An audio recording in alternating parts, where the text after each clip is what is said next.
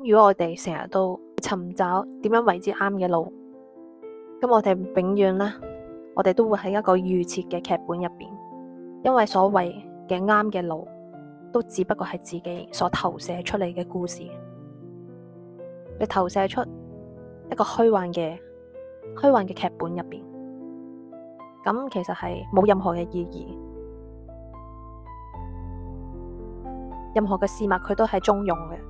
只有我哋自己去分辨。咁所以乜嘢係啱同埋錯呢？因為我體驗過好多，我自己都跌咗入點樣為之一個啱嘅修行，其他人點樣修行先為之啱。我曾經有一段日子，我陷入過喺呢一啲嘅迷惘入邊。咁最後好簡單，當我喺度 loop 緊點樣為之啱嘅修行嘅時候，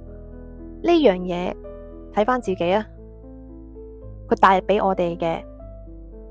係更加個心更加開啊，更加寬闊啊，定係讓我哋嘅內心更加狹窄？咁好明顯就係答案呢，咁樣諗，又或者咁樣去批判嘅時候，去定義嘅時候，係讓我哋嘅心更加狹窄。咁既然個心係變得狹窄嘅時候，咁請問，咁呢個就一定唔係真理。咁只有放開，你唔好再分點樣為之啱同埋錯。係啊，好多嘢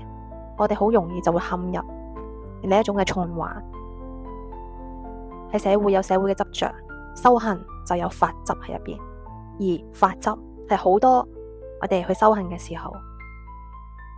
係好容易陷入嘅一種情況。只要你認定